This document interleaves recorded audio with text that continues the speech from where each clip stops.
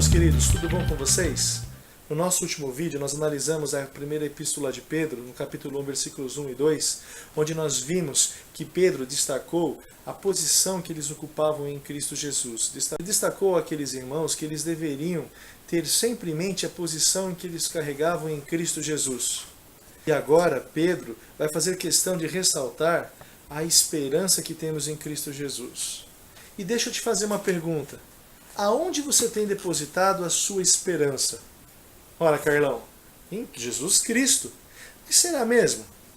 Aonde você tem investido o seu esforço do dia a dia? Aonde você tem colocado a sua esperança de um futuro próximo, por exemplo? Ah, Carlão, eu quero ter um bom emprego, por isso eu vou estudar bastante para fazer uma boa faculdade, para conseguir um bom emprego, ter um bom carro, ter um bom dinheiro, ter uma boa casa. Ah, eu já não. Eu gostaria de ter uma bela de uma esposa, por isso eu vou investir no meu físico, na academia todo dia, eu quero ser um atleta, eu quero ter muita saúde, eu estou investindo nisso. Então, vejam, essas coisas são boas de se investir, devemos investir nisso, não são pecado em si. Mas o grande problema é que se nós colocamos a nossa esperança de felicidade ainda aqui nesta terra, e se só esperamos nisto, meus irmãos, muita decepção vai vir. Aliás, eu diria que se aí está a sua esperança, aquele pressuposto do nosso último vídeo, ele está um pouquinho equivocado. Veja, a nossa esperança deve estar totalmente fundamentada e balizada em Cristo Jesus. Aqueles irmãos nossos lá de 1 Pedro, da Ásia do Norte, que estavam passando por problemas, eles deveriam lembrar dos seus pressupostos, lembrar da posição que ocupavam em Cristo Jesus, mas também deveriam exercitar a esperança no Cristo ressurreto. Olha só o que diz 1 Pedro, capítulo 1, versículos de 3 a 5. Bendito Deus e Pai de nosso Senhor Jesus Cristo, que segundo a sua muita misericórdia nos regenerou para uma viva esperança, mediante a ressurreição de Jesus Cristo dentre os mortos, para uma herança incorruptível, sem mácula, imarcessível, reservada nos céus para vós outros, que sois guardados pelo poder de Deus, mediante a fé, para a salvação preparada para revelar-se no último tempo. Olha que fantástico! Então Pedro, nos versículos 1 e 2, lembra aqueles irmãos da igreja da Ásia que eles deveriam trazer à memória a sua posição em Cristo. E agora ele continua os versículos lembrando aqueles irmãos que Cristo havia morrido, sim, mas havia ressuscitado, e portanto nós poderíamos confiar, nós poderíamos ter uma viva esperança.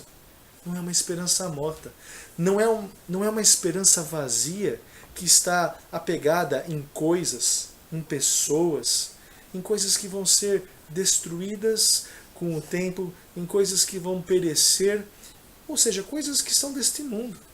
A nossa viva esperança deve estar em Cristo Jesus. Justamente porque Cristo não permaneceu morto na cruz. Ele morreu por nossos pecados, ele morreu em nosso lugar, mas ele ressuscitou e vivo está. E por estar vivo nós podemos confiar nele, de que um dia estaremos no céu, estaremos com ele com corpos glorificados, e a nossa esperança deve estar nisto. Pedro ainda nos lembra que nós somos regenerados. Ele disse que nos regenerou para uma viva esperança mediante a ressurreição de Jesus Cristo. Para quê? Para uma herança que é incorruptível. Que herança é essa? A nossa salvação. O nosso destino eterno de viver para sempre com Cristo Jesus. E essa herança, Pedro diz que ela é incorruptível, ou seja, ela não pode ser corrompida em momento algum da nossa vida. Ela é sem mácula, ela não tem mancha, ela é perfeita, porque a obra foi feita e completa em Cristo Jesus, o Cordeiro de Deus. Ela é imarcessível. Que palavra difícil é essa? Ou seja, ela não acaba, ela é perene, ela não tem fim. Olha só, aqui reside a nossa esperança, a certeza da nossa salvação, a certeza de que aquele que começou a boa obra em nós há de completá-la até o dia de Cristo. Lembre-se, viva por essa esperança, meu querido irmão. Herança essa que está reservada, como Pedro diz, lá nos céus. E isso vai ser revelado no dia de Cristo, no dia em que, ou quando formos ressuscitados juntamente com Cristo Jesus, ou arrebatados. E que dado fantástico que ele traz aqui no versículo 5. Ele diz que essa herança, essa esperança, ela é guardada a nós pelo poder de Deus. Lembra-se de Gênesis capítulo 1, versículo 1, onde Deus criou todas as coisas, os céus, a terra, os animais, a nós mesmos, do nada. Esse mesmo poder da criação é o que garante a nossa herança, a nossa salvação. Por isso, mediante aos problemas, mediante aos conflitos desta vida, encare com esperança em Cristo Jesus, porque um dia estaremos certamente morando nos céus juntamente com Ele. Cristo te salvou, Cristo te ama. Então lembre-se, meu querido, lembre-se de viver esta vida, levando em consideração a posição em que você carrega em Cristo Jesus, e levar esta vida trazendo à memória a esperança viva em Cristo Jesus, que foi ressuscitado dos mortos e que nos garante a nossa salvação nele.